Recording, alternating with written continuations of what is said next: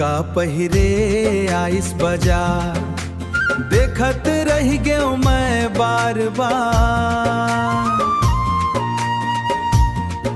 अरे नैना ले नैना जब टकराएस, दिल में होगे माया के बहार।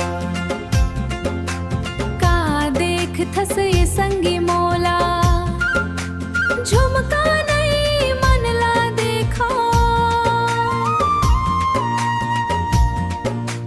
हंसी मोर अपनापन है, धीरे धीरे मायाला समझा।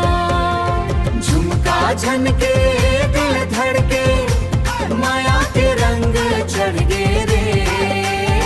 तोर मोर कहानी संग गीत बन के गूंज गे रे,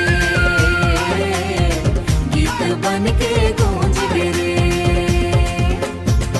गांव के रद्दा मेला के दिन, संग संग घूमान लागे हन।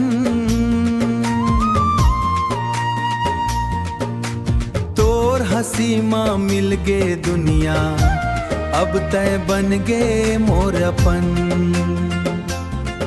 बरसत पानी भींजे रद्दा, छैहा बन के संग चलबे। सुख दुख माँ हाथ धर के जूता होके, जिंदगी भर साथ रहबे। झुमका झनके दिल धड़के, माया के रंग चढ़ गे रे।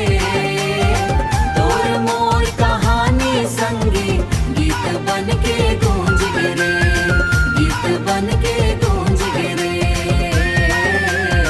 गीत बन के गूंज गे रे। छोटे सपना बड़े अरमान, संग चलबो हर एक बिहार। झुमका कस चमके माया रहिबो संग हर एक जहां, हर एक जहां।